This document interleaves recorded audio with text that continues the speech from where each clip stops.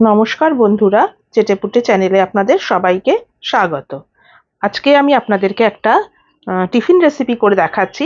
যদি হাতে খুব কম সময় থাকে তাহলে ঝটপট কিভাবে আপনারা এই টেস্টি রেসিপিটা বানিয়ে নেবেন সেটাই আজকে আমি আপনাদেরকে করে দেখাচ্ছি। তার জন্য দেখুন, আমি এখানে 1 কাপ সুজি নিয়ে নিলাম। এর সাথে আমি দিয়ে দিচ্ছি 2 চামচ পরিমাণ আটা। এর পরিবর্তে আপনারা একটু ময়দাও দিতে পারেন। দিয়ে দিচ্ছি একটুখানি স্বাদ মতো নুন, একটুখানি দিয়ে দিচ্ছি চিলি ফ্লেক্স। এটা অপশনাল, আপনারা নাও দিতে পারেন। এবারে এটাকে আমি গরম জল দিয়ে ভিজিয়ে দিচ্ছি। যে কাপ মেপে আমি সুজি নিয়েছিলাম সেই কাপেরই আমি দিয়ে দিচ্ছি 1.5 কাপের থেকে সামান্য একটু কম জল। এটা কিন্তু খুবই গরম জল। ভালো করে আমি এবারে মিশিয়ে নিচ্ছি।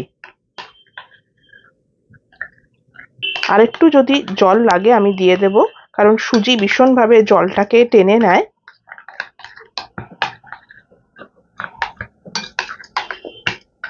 আর একটু জল লাগবে, আমি দিয়ে দিলাম। মোটামুটি পুরো 1.5 কাপ জলই আমি দিলাম। এর সাথে আমি দিয়ে দিচ্ছি 1 টিস্পুন রিফাইন্ড অয়েল। ভালো করে আমি এবারে মিশিয়ে নিচ্ছি।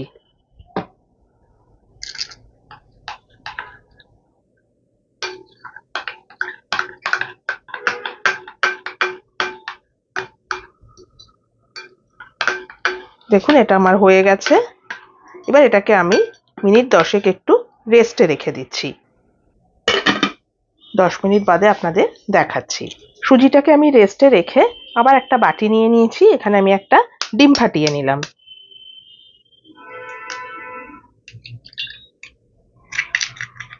এখানে আমি দিয়ে দিচ্ছি সামান্য একটু পরিমাণ নুন, একটু দিয়ে দিচ্ছি চিলি ফ্লেক্স, আর দিয়ে দিচ্ছি একটুখানি কাঁচা লঙ্কা। আপনারা চিলি ফ্লেক্সের পরিবর্তে কাঁচা পাকা লঙ্কাও কিন্তু দিতে পারেন। ভালো করে এবার ফেটিয়ে নিচ্ছি।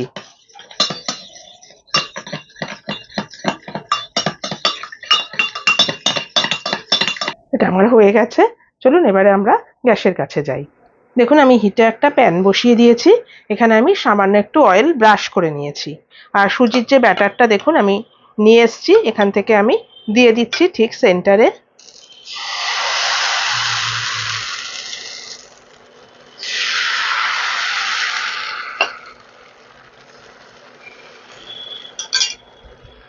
এবার একটুখানি স্প্রেড করে দিচ্ছি আমি।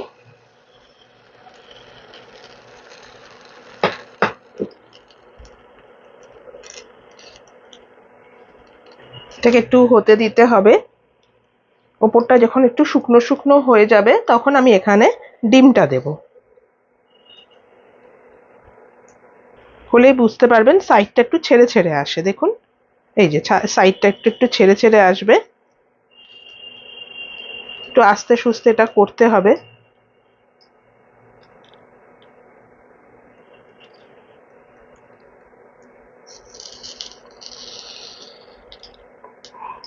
খুব লো হিটে আমি এটা বানাচ্ছি। সাইডগুলোতে একটু চামচের সাহায্যে তেল দিয়ে দিলাম, না দিলেও হয়, কোনো অসুবিধা নেই। এবারে আমি যে ডিমটা গুলে রেখেছিলাম সেখান থেকে ডিমটা দিয়ে দিচ্ছি। খুব বেশি দেবেন না, মোটামুটি 2-3 চামচ মতো দিলেই হবে। দিয়ে একটু স্প্রেড করে দিতে হবে।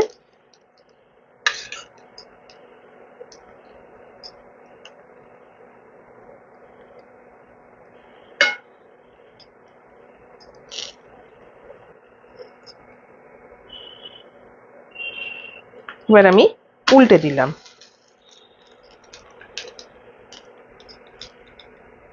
এবারে দেখুন, এই যে উল্টে দিলাম এই পিঠটাতে আমি এখানে একটুখানি আলু সিদ্ধ নিয়ে নিয়েছি।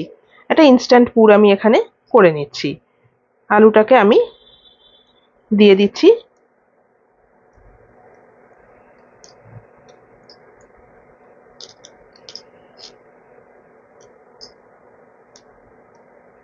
একটুখানি টমেটো সস দিয়ে দিচ্ছি। এটা আলুটা দেওয়ার আগেই দিতে হবে, আমি ভুলে গেছিলাম।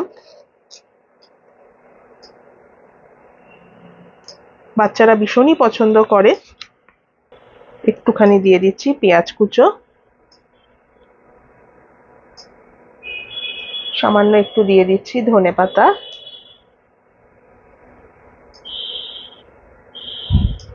একটুখানি নুন দিয়ে দিলাম অল্প,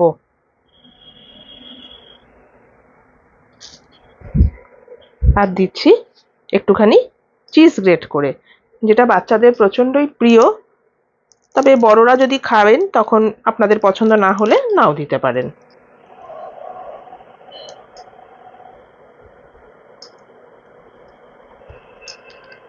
ব্যাস, এবার এটাকে আমি ফোল্ড করে দিচ্ছি, ঠিক যেরম ভাবে পাটিসাপটা ফোল্ড করা হয় সেরম ভাবে।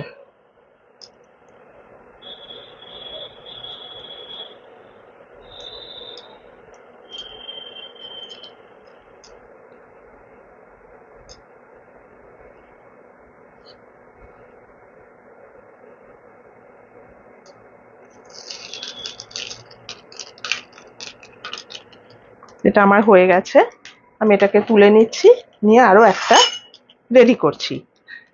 এভাবে সবগুলো রেডি করে আমি আপনাদের সার্ভ করে দেখাচ্ছি।